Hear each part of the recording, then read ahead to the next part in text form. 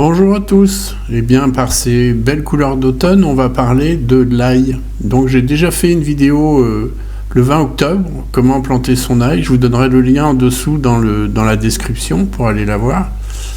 Et là on va parler un tout petit peu de l'ail qu'on peut faire, c'est-à-dire l'ail blanc et l'ail violet. Alors il y a un autre ail qui est l'ail rose, mais lui est un peu sensible au gel, donc il est préférable de le faire au printemps. Alors voilà, on a l'ail violet là, ici représenté. Donc c'est un ail qui se conserve très bien. Donc on le récolte à peu près, moi je fais en serre, je récolte à peu près début juillet. Donc tout ça c'est dans la vidéo que je vous ai indiqué en amont. Donc pour ceux qui ont une serre, eh bien l'avantage c'est de planter en serre, comme ça on est exempt de maladies. Alors là on est sur l'ail blanc, donc pareil, même période on peut voir, sauf qu'il est bien blanc et il est plus doux à manger. Alors évidemment, hein, c'est la saison aussi au potager, hein, donc même dans une terre humide, ça ne lui pose pas de problème. Eh bien nous voilà devant l'ail qui a poussé, qui est sorti de la terre, hein, on peut le voir. Donc ça c'est à l'intérieur de la serre. Donc c'était le 22 octobre. Là on est le 18 novembre. Et voilà, on voit que l'ail déjà est très beau, il est fier. Alors il y a un filet derrière, c'est pour pas que les chats marchent dessus, tout simplement. Alors je fais mon ail en serre pour éviter la rouille de l'ail. C'est une maladie qui arrête la croissance de l'ail. Du coup vous avez des petites têtes d'ail. Et là maintenant en serre j'ai des têtes 3-4 fois plus grosses. Donc là ce que vous voyez c'est assez amusant, mais en réalité c'est des petits oignons. C'est-à-dire que j'ai récolté mes graines d'oignons par les fleurs, hein, puisque je fais mes graines moi-même. Et en secouant, voilà, j'ai extrait les graines que j'ai bien rangées. Et il me restait mes têtes de fleurs d'oignons, où j'ai remarqué qu'il restait encore des petites graines à l'intérieur. Du coup, je les ai aplaties par terre, là. J'ai remis un peu de terre. Je vais essayer de vous faire voir, voilà, une tête de fleurs, ce qu'il en reste. Et j'ai tout éparpillé, j'ai mis de la terre dessus, et voilà comment ça a poussé. Donc pour ceux qui font leur semis d'oignons, on sait que c'était à la sortie comme ça, on le voit, ça fait un crochet. Donc on est à l'étape crochet, mais il va se redresser tout seul. Donc là je sème un peu les dernières graines, là, un bout de tête comme je vous ai expliqué. Je vais remettre un peu de terre et ça va repousser. Donc là il y a, je sais pas, hein, il y a 300-400 oignons qui seront repiqués au jardin, je pense, au mois d'avril ou en mars, s'ils sont assez grands. Voilà, ils sont en compagnie de l'ail, donc tout va bien. Moi, j'adore faire tous mes semis. D'une part, c'est plus économique. Je trouve que les fleurs de jardin, de poireaux, de choses comme ça sont très belles. Surtout les abeilles les adorent aussi, les bourdons aussi.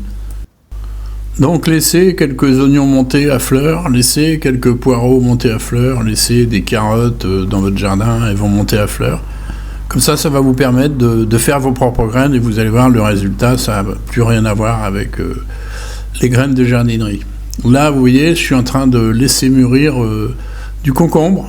Alors ça c'est un concombre Kaiser, donc je le laisse mûrir par terre comme ça et pour récupérer ses graines.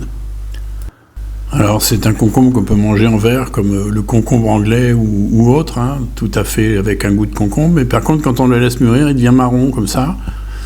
Il est très joli et vous pouvez le manger comme une courge. Vous l'épluchez et vous enlevez les graines et vous prenez la chair et vous faites cuire. Donc ça se conserve très bien l'hiver. Donc je conseille le concombre Kaiser. Alors dès qu'il y a la place, eh bien on met 2 petites salades comme ça. On peut voir aussi que le concombre, ça fait du contrepoids. Ça permet de tendre les filets. Voilà, tout est utile et pendant ce temps-là, il mûrit tranquillement. Donc là, on va voir que j'ai continué à planter de l'ail, un petit peu d'ail blanc là qui me restait. On va voir qu'il commence à sortir tout doucement. Il a une semaine, voilà, on voit un petit là. Donc un autre ici. Donc voilà, c'est replanté, ils seront sûrement mangés en aillé, c'est-à-dire en jeunes plants d'ail, quoi.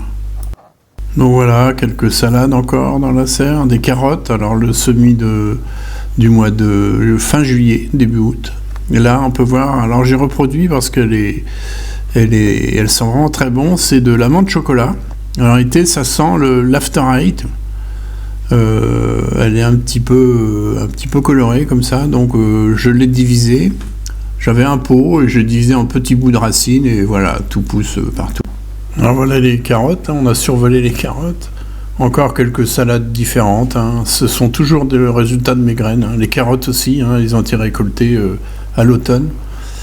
Donc ça c'est de la citronnelle de Madagascar avec une jolie araignée. Alors surtout ne tuez pas vos araignées ni dans le jardin ni dans les serres, hein. Ça fait partie pour réguler les nuisibles. Là on a une menthe du Maroc, très bonne menthe aussi. Alors moi je reproduis tout le temps, c'est pour ça qu'il y a des pots partout, il y a des boutures, voilà, de thym, de choses comme ça. Ici là c'est en passant un peu de nettoyage, j'ai cassé une branche d'hortensia, et bien elle n'est pas inutile. Voilà, elle est bouturée. Des petites salades qui ont poussé naturellement dans le jardin. Donc je les repique en petits pots, prêts à repiquer après. Quelques-unes ne marchent pas, mais c'est pas grave. Donc je laisse aussi mes salades monter et elles se sèment toutes seules dans le jardin. Donc je répéterai jamais assez, mais autrefois les jardiniers faisaient leurs graines, faisaient leurs plants eux-mêmes, hein. Il n'y avait pas toutes ces jardineries. Donc là on est sur du poivron. Donc il reste encore des poivrons, donc ils grossissent. Il y a quand même un automne assez chaud. Donc on attend et on les mangera au bon moment. Donc voilà, après ces jolis poivrons qui attendent d'être mangés, on va voir qu'à l'extérieur, dans les feuilles, hein, là c'est les sous un marronnier, eh bien les tiges vertes, c'est des narcisses, c'est des narcisses odorants qui sentent très très bon, c'est très puissant. Et c'est des petites fleurs jaunes et blanches. Mais voilà, c'est déjà franchement bien sorti. Et on voit sur l'arrière qu'il y a déjà un bouton. Voilà, un bouton qui va fleurir dans une 8aine de jours et d'autres vont sortir. Alors j'ai les gants d'apiculteur parce que je vais vous faire voir aussi l'attitude des abeilles aujourd'hui, ce même jour. Et oui, un petit coup de soleil et on peut voir vol d'orientation sur pratiquement toutes les ruches. Donc les abeilles vont bien, hein, parce que là elles sont restées un peu cloîtrées pendant 3-4 jours et puis dès qu'il y a un petit coup de soleil, il fait pas très très chaud, il doit faire 11 degrés, 12 degrés, mais comme le soleil tape sur les ruches, eh bien... Donc là on va voir quelque chose qui ressemble à une abeille mais qui n'est pas une abeille, en réalité c'est une mouche qui s'appelle un cirfe. Alors c'est une grande famille de mouches comme ça.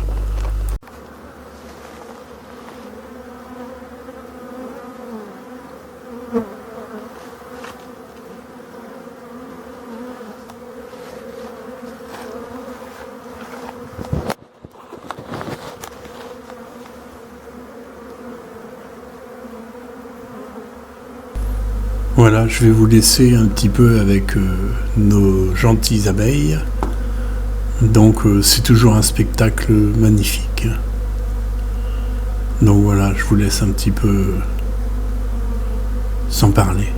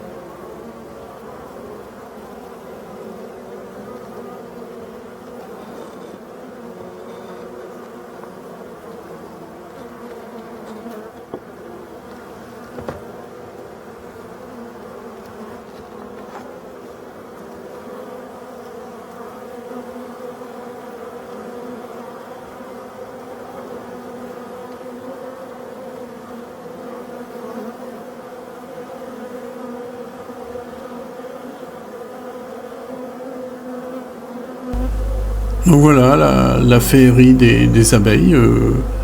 Donc sûrement c'est dû peut-être au réchauffement climatique, mais bon, elles se soucient pas.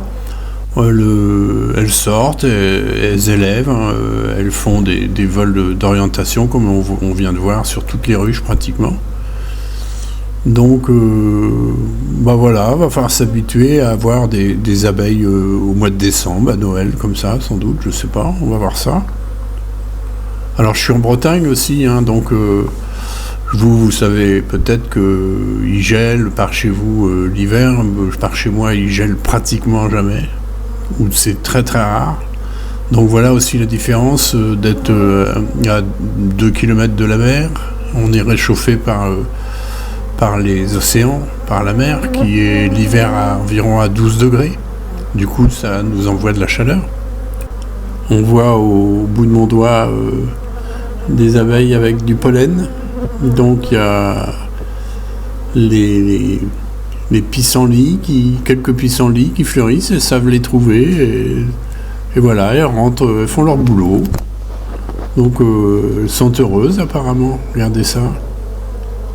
C'est beau, hein? Et bien voilà, la vidéo se termine. Donc à tous ceux qui ne connaissent pas ma chaîne, eh bien abonnez-vous. Un petit pouce bleu fait toujours plaisir. Quant à moi, je vous dis à très bientôt.